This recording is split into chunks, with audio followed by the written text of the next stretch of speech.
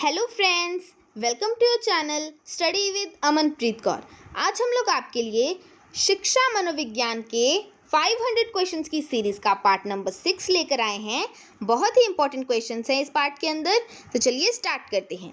First question है, Lawrence Kohlberg ने नैतिक विकास की कितनी अवस्थाएं बताई हैं? तो दोस्तों आंसर हो जाएगा कुल 6 अवस्थाओं का वर्णन किया है, किंतु उन्होंने दो अवस्थाओं को साथ रखकर उन्हें 3 स्तरों में बांटा है। ठीक है, और वो 3 स्तर कौन कौन से हैं? प्री कन्वेंशनल स्तर, कन्वेंशनल स्तर और पोस्ट कन्वेंशनल स्तर। ठीक है, तो ये आपको याद रखना है, इंपॉर्टेंट क्वेश्चन है, कई बार एग्जाम्स में पूछा गया है। सेकंड क्वेश्चन है हमारे पास, जीन पियाजे ने मानव संज्ञान विकास को कितनी अवस्थाओं में समझाया है? तो इसका आंसर हो जाएगा 4 अवस्थाओं में। ठीक है, और वो 4 अवस्थाएं कौन कौन सी हैं? संवेदी पेशीय अवस्था, सेंसोरी मोटर स्टेज, पूर्व संक्रियात्मक अवस्था यानी कि प्री ऑपरेशनल स्टेज, स्थूल या फिर मूर्त संक्रियात्मक अवस्था यानी कि कॉन्क्रीट ऑपरेशनल स्टेज और औपचारिक संक्रियात्मक अवस्था यानी कि फॉर्मल ऑपरेशनल स्टेज। तो दोस्तों ये जो संवेदी पेशीय अवस्था होती है, ये होती है 0 से 2 वर्ष की आयु तक। ठीक है, और पूर्व संक्रियात्मक अवस्था होती है 2 से 7 वर्ष की आयु तक। स्थूल या फिर मूर्त संक्रियात्मक अवस्था होती है 7 से 12 वर्ष की आयु तक, और औपचारिक संक्रियात्मक अवस्था होती है 12 वर्ष के बाद। ठीक है, तो ये आपको याद रखना है। आगे बढ़ते हैं, थर्ड क्वेश्चन है हमारे पास, नव फ्राइडवादी मनोवैज्ञानिक माने जाते हैं एरिक्सन। तो दोस्तों एरिक्सन को नव फ्राइडवादी मनोवैज्ञानिक कहा जाता है। ठीक है, इंपॉर्टेंट क्वेश्चन है। फोर्थ क्वेश्चन है हमारे पास, चाइल्डहुड एवं सोसाइटी किसकी कृति है? तो दोस्तों एरिक्सन की कृति है। कब प्रकाशित की गई थी ये कृति? तो 1963 में, यानी कि 1963 में। ठीक है, ये इंपॉर्टेंट है, आपको याद रखना है। एरिक्सन ने मनोसामाजिक विकास की कितनी अवस्थाएं बताई हैं? तो दोस्तों इसका आंसर हो जाएगा 8, यानी कि एरिक्सन ने मनोसामाजिक विकास की 8 अवस्थाएं बताई हैं। आगे बढ़ते हैं, 6th क्वेश्चन है, फ्राइड ने काम शक्ति को क्या कहा है? तो लिबिडो। तो फ्राइड ने काम शक्ति को लिबिडो कहा है। ठीक है, ये इसका करेक्ट आंसर। 7th क्वेश्चन है हमारे पास, फ्राइड ने व्यक्ति के मनोलैंगिक विकास की कितनी अवस्थाओं का उल्लेख किया है? ठीक है, तो इसका आंसर हो जाएगा 5। तो 5 अवस्थाओं का उल्लेख किया है। कौन कौन सी? मुख्य अवस्था ओरल स्टेज, गुदीय अवस्था एनल स्टेज, लैंगिक अवस्था फैलिक स्टेज, अदृश्य अवस्था लेटेंसी स्टेज और जननेंद्रिय अवस्था यानी कि जेंटियल स्टेज। ठीक है, तो ये 5 अवस्थाओं का उल्लेख किया है, आपको याद रखने हैं। 8th क्वेश्चन पे चलते हैं, फ्राइड ने मन की कितनी दशाएं बताई हैं? तो दोस्तों आंसर हो जाएगा 3, यानी कि फ्राइड ने मन की 3 दशाएं बताई हैं। कौन कौन सी?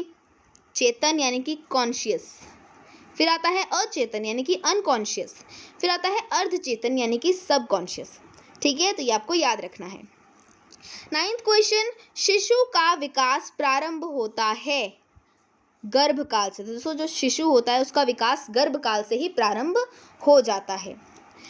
10th क्वेश्चन, कौल सैनिक ने किशोरावस्था की आयु बताई है? तो 10 से 15 वर्ष, यानी कि कौल सैनिक ने किशोर अवस्था की 10 से 15 वर्ष की आयु बताई है। इंपॉर्टेंट क्वेश्चन है, कई बार एग्जाम्स में पूछा गया है। 11th क्वेश्चन, वैचारिक क्रिया अवस्था होती है 7 से 12 साल। ठीक है, तो ये आपको याद रखना है कि वैचारिक क्रिया अवस्था कौन सी होती है? 7 से 12 वर्ष की। आगे बढ़ते हैं, 12th नंबर क्वेश्चन है हमारे पास, वृद्धि और विकास है? तो आंसर हो जाएगा एक दूसरे के पूरक। तो वृद्धि और विकास एक दूसरे के पूरक हैं। ठीक है, ये इसका करेक्ट आंसर। 13th क्वेश्चन है, वैलेंटाइन ने सीखने का आदर्श काल माना है शैशवावस्था को, यानी कि वैलेंटाइन ने शैशवावस्था को सीखने का आदर्श काल माना है। काफी इंपॉर्टेंट क्वेश्चन है। 14th क्वेश्चन, बाल्यावस्था में बालक दृष्टिकोण अपनाना आरंभ करता है। कौन सा? यथार्थवादी दृष्टिकोण, यानी कि बाल्यावस्था में बालक यथार्थवादी दृष्टिकोण अपनाना आरंभ करता है। 15th क्वेश्चन है हमारे पास, संवेगात्मक विकास में किस अवस्था में तीव्र परिवर्तन होता है? दोस्तों आंसर हो जाएगा किशोर अवस्था। ठीक है, किशोर अवस्था इसका करेक्ट आंसर। आगे बढ़ते हैं। 16th क्वेश्चन है हमारे पास, जन्म के समय शिशु के मस्तिष्क का भार होता है, बहुत इंपॉर्टेंट क्वेश्चन है, तो 350 ग्राम यानी कि 350 ग्राम। ठीक है, जब जन्म होता है किसी शिशु का तो उसके मस्तिष्क का भार कितना होता है? तो 350 ग्राम। इंपॉर्टेंट क्वेश्चन है, कई बार एग्जाम्स में पूछा गया है। आगे बढ़ते हैं। 17th क्वेश्चन है हमारे पास, शारीरिक परिवर्तन के लिए जिन शब्दों का प्रयोग किया गया वह है अभिवृद्धि। ठीक है, तो शारीरिक परिवर्तन के लिए अभिवृद्धि शब्दों का प्रयोग किया गया। 18th क्वेश्चन पे चलते हैं। किशोर अवस्था अपराध प्रवृत्ति के विकास का नाजुक समय है, कथन है वैलेंटाइन का। दोस्तों ये कथन वैलेंटाइन का है कि किशोर अवस्था अपराध प्रवृत्ति के विकास का नाजुक समय है। 19th क्वेश्चन, कार्ल सी गैरिसन ने किस विधि का अध्ययन किया था? तो आंसर हो जाएगा लंबात्मक विधि, यानी कि कार्ल सी गैरिसन ने लंबात्मक विधि का अध्ययन किया था। 20th क्वेश्चन है हमारे पास, किशोर अवस्था बड़े संघर्ष, तनाव व तूफान की अवस्था है, यह किसने कहा? दोस्तों ये कहा था स्टेनले हॉल ने। क्या कहा था? किशोर अवस्था बड़े संघर्ष, तनाव व तूफान की अवस्था है। आगे बढ़ते हैं। बालक का अपने आप में मस्त रहने की क्रिया को फ्रायड ने माना नर्सिसिज्म। ठीक है, तो नर्सिसिज्म माना है फ्रायड ने कि जब बालक अपने आप में ही मस्त रहता है उस क्रिया को नर्सिसिज्म माना है, नर्सिसिज्म। ठीक है, किसने माना है? फ्रायड ने। इंपॉर्टेंट क्वेश्चन है ये भी।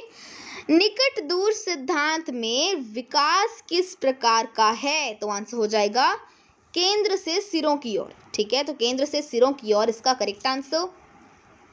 23rd क्वेश्चन पे चलते हैं। यह करो यह न करो कौन कहता है? परम अहम। हमने पढ़ा था ना, सुपर ईगो, अति अहम। ठीक है, तो वो है इसका करेक्ट आंसर।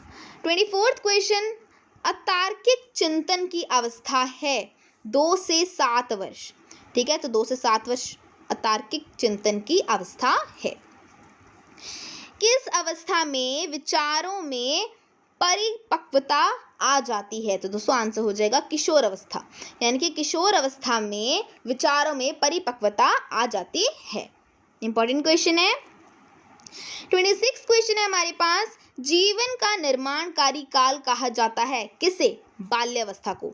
तो बहुत ही इंपॉर्टेंट क्वेश्चन है कि जीवन का निर्माणकारी काल किसे कहते हैं? बाल्यावस्था को। इंपॉर्टेंट क्वेश्चन है, आपको याद रखना है।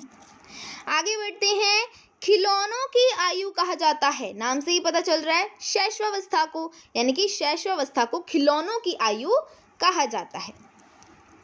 28th क्वेश्चन, एक बड़ी उलझन की अवस्था कहा जाता है किशोर अवस्था को। ठीक है, तो एक बड़ी उलझन की अवस्था किसे कहा जाता है? किशोर अवस्था को। आगे बढ़ते हैं।